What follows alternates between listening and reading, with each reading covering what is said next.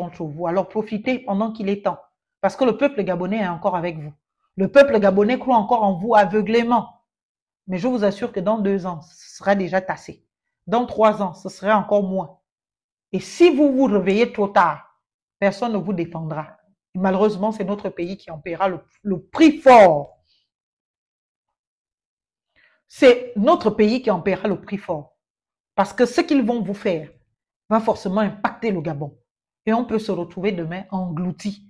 Et surtout quand on sait, je ne suis jamais de celle-là qui va venir différencier les Gabonais selon qui sont d'origine ou pas. Pour moi, la citoyenneté se respecte. Pour moi. Quand on est Gabonais, on l'est. Peu importe comment on l'est devenu, on l'est. Mais nous sommes conscients de faits factuels. Nous sommes africains, nous sommes au Gabon. Nos frères qui viennent d'ailleurs, surtout d'Afrique, ils peuvent avoir des doubles rôles à jouer. Parce que nous sommes éduqués en tant qu'Africains à ne jamais abandonner d'où nous venons. C'est une éducation africaine. Ce n'est pas une question, c'est-à-dire même moi au Gabon, si je pars au Cameroun demain pour avoir la nationalité camerounaise, je ne vais pas oublier dans ma tête que je suis gabonaise. Et donc, dans mes agissements, je sais à qui je dois loyauté. Si je dois loyauté à quelqu'un, ce ne sera jamais au Cameroun que je devrais loyauté. C'est au Gabon que je devrais loyauté. C'est notre éducation africaine. Parce qu'on nous enracine dans d'où nous venons. Et quand on regarde en infériorité numérique, nous ne sommes que 2 millions d'habitants. Vous imaginez mettre à des postes stratégiques et à des postes à responsabilité toutes ces personnes qui peuvent avoir un double jeu, un double discours demain. Mais notre pays est à la merci de tout le monde, du Cameroun pour ne parler que de lui. Déjà, numériquement, ils sont plus nombreux que nous. Ils peuvent nous envahir en 2 secondes par l'aide de ceux qui sont déjà dans le système. Par l'aide de ceux qui sont déjà dans le système. Vous avez vulnérabilisé nos enfants, c'est pour mettre encore dans des postes à responsabilité stratégique des gens qui se revendiquent d'autres nationalités. Et là, il n'y a rien de xénophobe de le dire. Que les gens soient gabonais, on est d'accord, nous tous nous le sommes. Et je ne fais aucun procès à qui que ce soit sur sa nationalité gabonaise. Mais quand on demande des postes stratégiques pour certaines personnes, la gestion des données, la gestion de l'information, la gestion d'un pays, c'est sensible. Et on peut utiliser ces informations contre nous. On peut utiliser ça contre nous en servant des puissances étrangères, soit celles dont nous sommes originaires, soit celles avec lesquelles nous avons des liens, ou même celles qui nous payent pour le faire. Et quand on connaît les ambitions démesurées des gens, on sait que tout peut y passer. Tout peut y passer. Et donc, le Gabon peut se réveiller un matin d'une vulnérabilité absolue où il n'existe plus. L'armée camerounaise a envahi le Gabon par une facilité créée par des personnes qui étaient infiltrées dans notre pays et qui donc faisaient le jeu, par exemple, des puissances étrangères. Tous les combats du siècle n'ont été que des combats essentiellement, surtout ceux qui ont amené la guerre d'appropriation de territoire. Et tout État normalement constitué a au fond de lui cette ambition. Parce que tout État normalement constitué a l'ambition de grandir, a l'ambition de se développer. Donc, ce n'est même pas être dans l'exagération de se dire qu'un jour la Guinée équatoriale peut vouloir envahir une partie du Gabon demain, que le Cameroun pourra vouloir envahir une partie du Gabon demain. Ce n'est pas une vue de l'esprit. Quand on se veut responsable dans la gestion d'un pays, on doit le prévoir, on se dit que c'est possible. Et donc, on minimise les risques, on minimise la dépendance, on minimise la vulnérabilité. Alors, quand on se met au cœur de la gestion de son pays, des personnes qui peuvent avoir des doubles rôles à jouer, et surtout avec des intérêts aussi territoriaux que ceux qui sont les nôtres, dans ces frontières en partage, eh bien, on est vulnérable davantage. Alors, Monsieur le Président, les faits qui sont relatés ces derniers jours ne me rassurent pas dans l'avenir du Gabon éternel. Au contraire, on peut se réveiller un jour, le Gabon ne devient qu'une petite province, eh bien, du Cameroun, une province de la Guinée équatoriale, une province du Congo. C'est pour cela qu'il faut faire très attention avec tous ces pays frontaliers. C'est pour cela qu'il faut se prendre au sérieux dans la défense de sa territorialité, de sa souveraineté. C'est pour cela qu'il faut prendre au sérieux sa gestion, la gestion de son pays, et ne pas se permettre des choix hasardeux parce que quelqu'un a chanté mes louanges. Monsieur le Président, vous détenez dans vos mains une chose tellement spéciale et précieuse, notre Gabon à tous. Et au-delà de ce que vous pouvez en penser, nous l'aimons aussi fort que possible.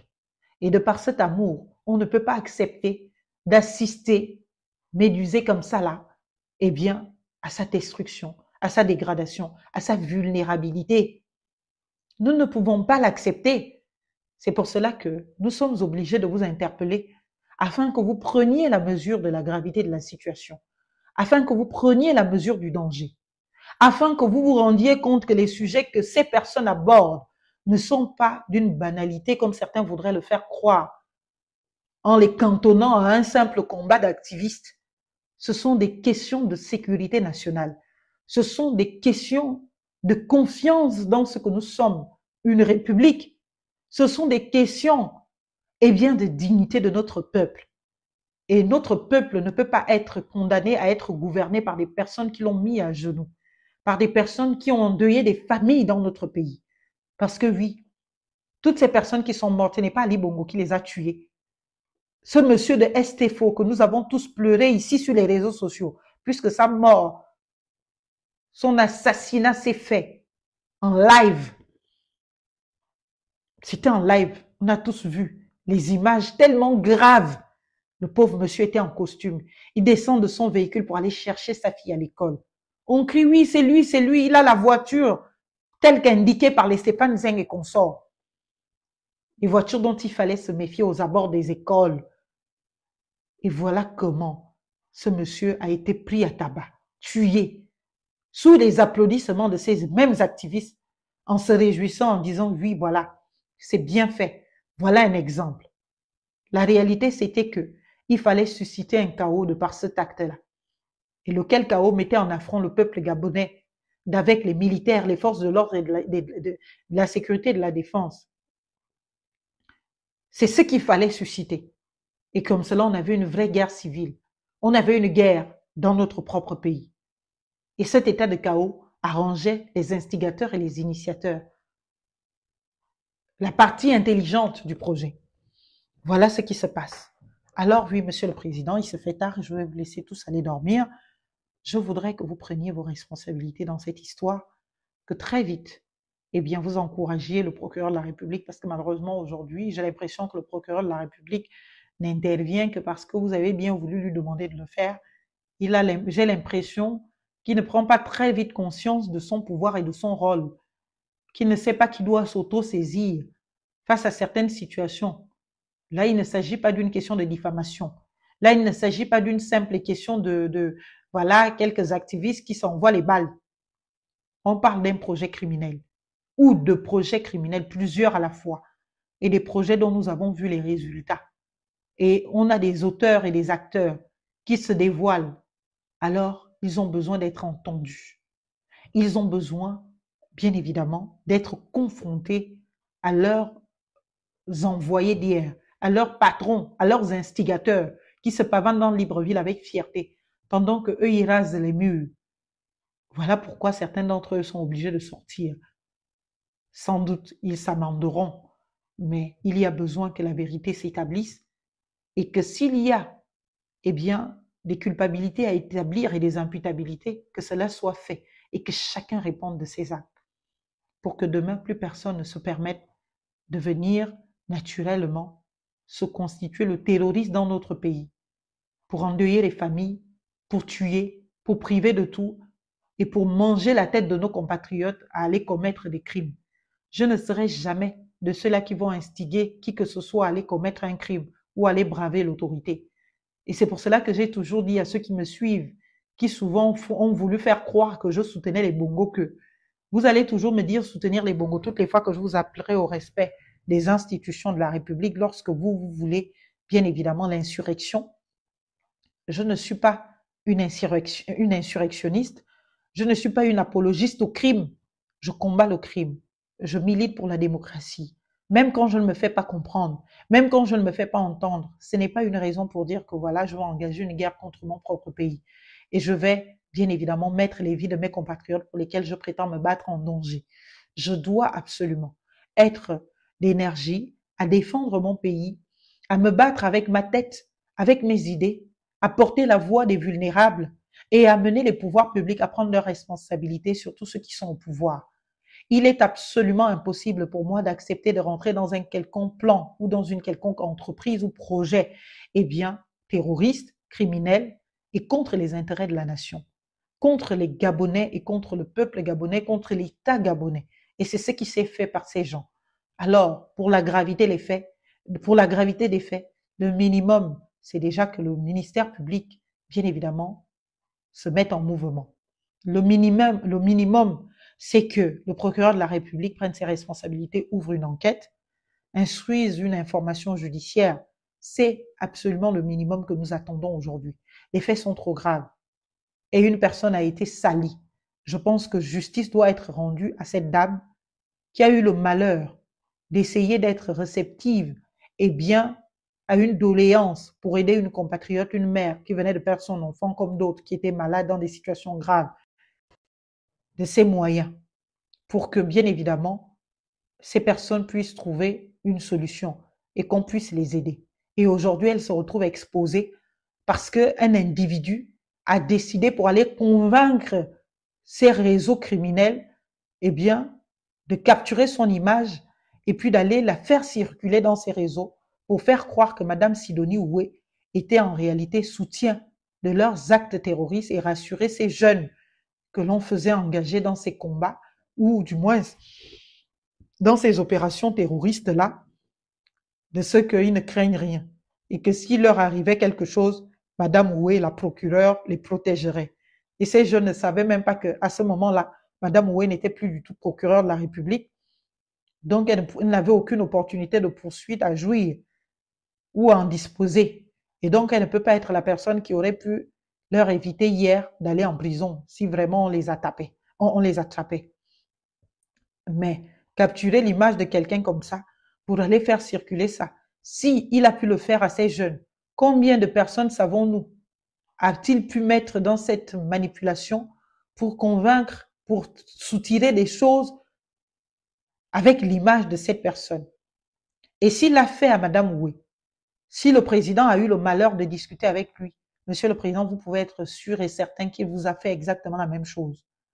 Si d'autres personnalités ont eu le malheur de discuter par des vidéos avec lui, eh bien, vous êtes certain qu'il y a des captures d'écran quelque part qui existent et que ces captures sont même déjà en circulation et sont utilisées à des fins peut-être que vous n'imaginez même pas.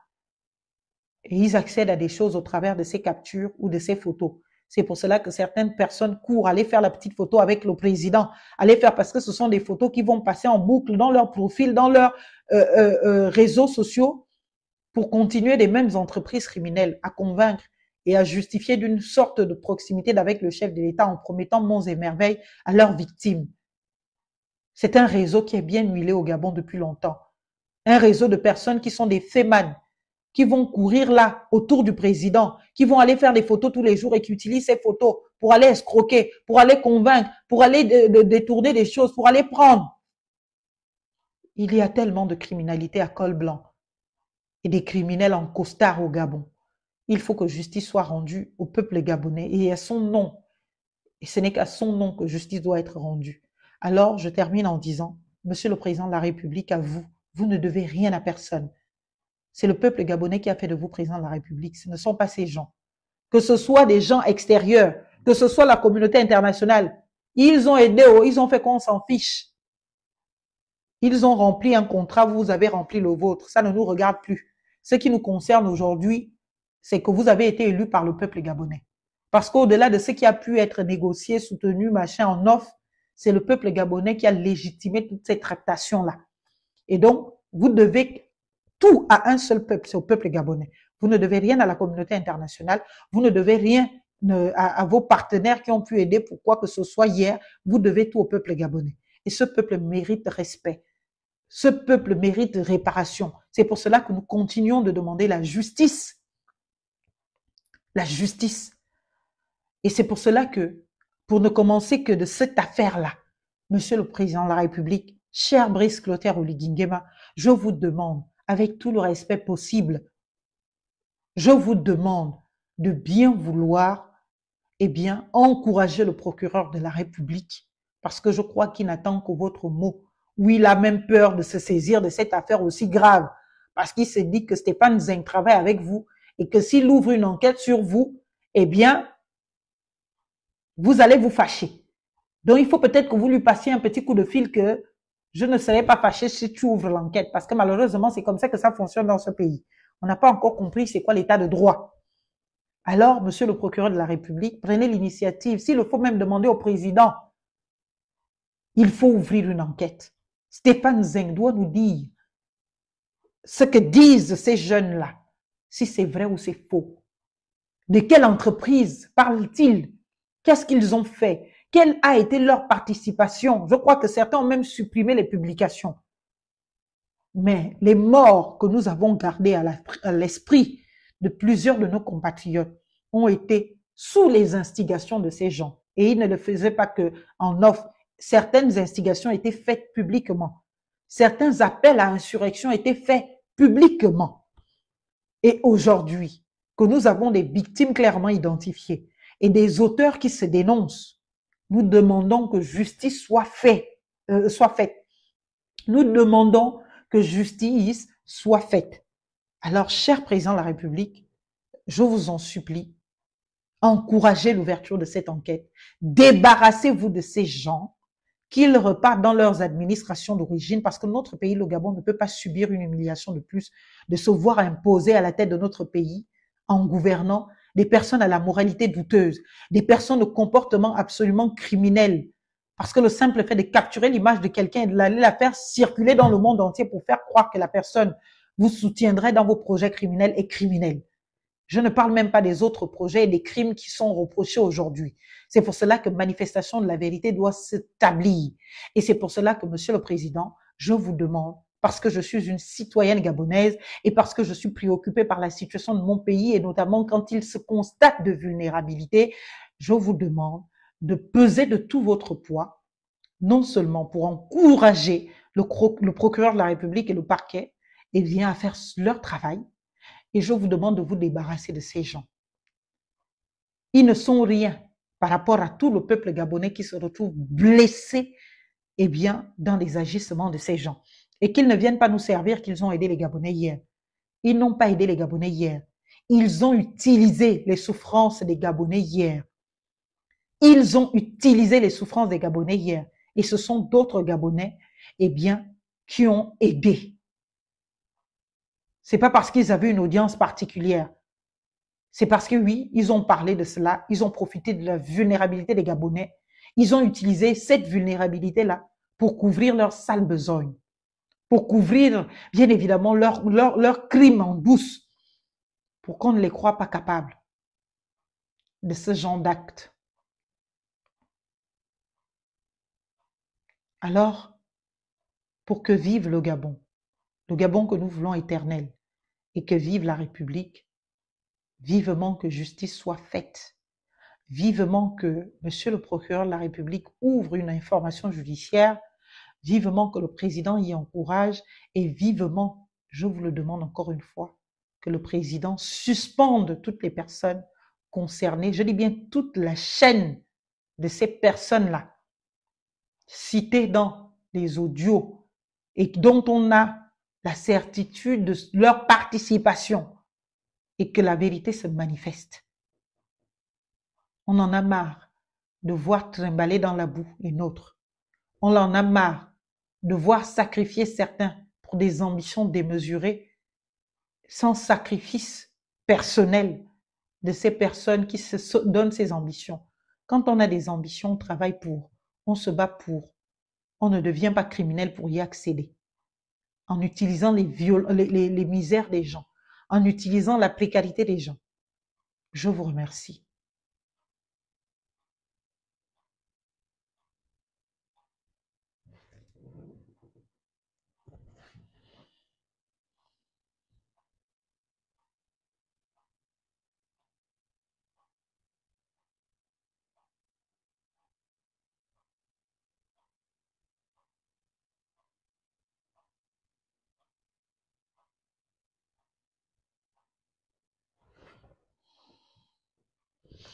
Alors, chers compatriotes, je ne vais pas vous garder plus longtemps que cela. Je vous souhaite de vous porter très agréablement bien. Vive le Gabon pour que vive la République. Et j'espère que Monsieur le Président prendra toute la mesure nécessaire, prendra bien évidemment ses responsabilités et rassurera le peuple gabonais. Nous ne pouvons pas accepter ce qui se passe et nous voulons la vérité. Et vivement que la justice, bien évidemment, nous établisse cette vérité.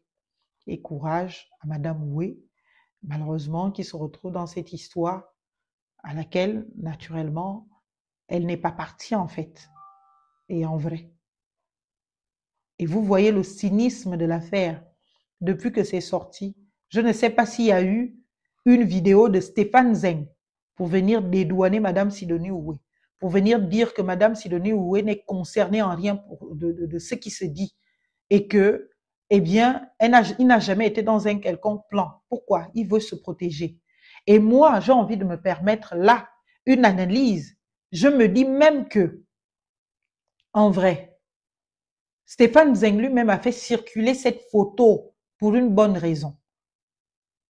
Pour se croire intouchable. Pour que quiconque voudrait, oserait l'exposer dans ses actes se souvienne que qui dit l'exposer, dit exposer certaines personnalités.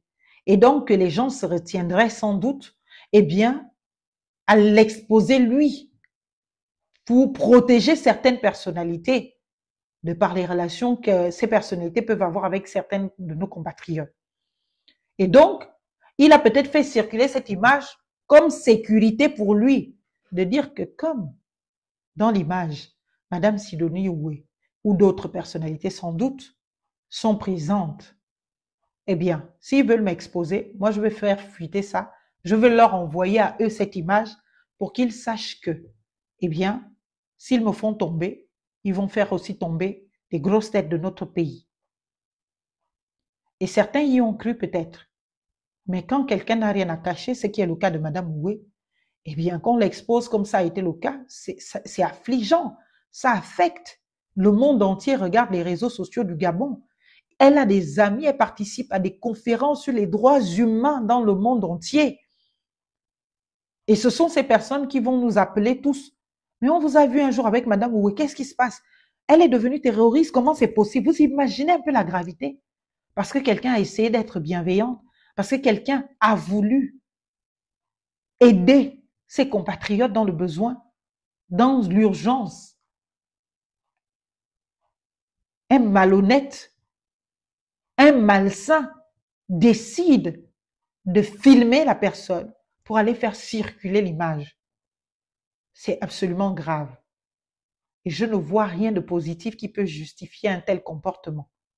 Je ne vois rien de positif qui peut justifier un tel comportement. Et j'encourage les nôtres, je finis par là, en disant faisons attention. C'est bien de dénoncer les actes, c'est bien de dénoncer les choses, mais faisons quand même attention à ce que nous publions. Faisons attention, surtout quand on sait qu'il y a certaines personnes impliquées. Faisons attention à ce que nous publions. Parce que le simple fait pour nous de publier peut engager notre responsabilité à nous, au-delà d'engager la responsabilité de celui qui a capté l'image, qui l'a rendue publique ou qui l'a partagée dans des réseaux et qui donc a donné un récit à cette image parfois qui ne coïncide pas avec la vérité. À partir de cet instant, la plainte sera portée. Mais au-delà de sa plainte, ce que je demande surtout, peut-être elle est même déjà portée. Elle n'est pas activiste, elle n'est pas personnalité publique pour venir communiquer si elle porte plainte ou si elle ne porte pas plainte. Elle porte plainte, le tribunal est là pour ça. Ça s'enregistre au tribunal, ça se fait au tribunal. Elle ne va pas, même si elle porte plainte, elle ne va pas venir publier que oui, j'ai porté plainte et tout. Non, elle ne va pas le faire. Elle n'est pas influenceuse, elle n'est pas activiste, elle n'est pas beuzarde, c'est une magistrate hors hiérarchie, en responsabilité à l'École nationale de la magistrature. Donc, quelqu'un qui forme l'élite de notre pays, quelqu'un qui forme les magistrats. Et vous allez dire qu'elle est terroriste, aussi banalement, parce que c'est ce qu'a fait croire Stéphane Zeng.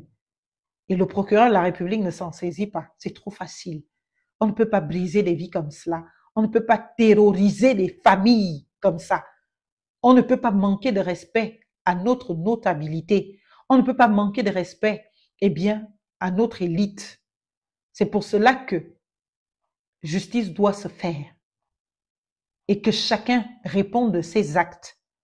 Encore une fois, vivement que le procureur de la République se saisisse de ce dossier et bien évidemment ouvre une enquête. Et en attendant que Monsieur le Président de la République prenne les mesures conservatoires, notamment celle de la suspension de toutes ces personnes et de leurs réseaux, pour que vive le Gabon, vive la République. Je vous remercie et je vous souhaite de passer une excellente soirée. À très bientôt les miens.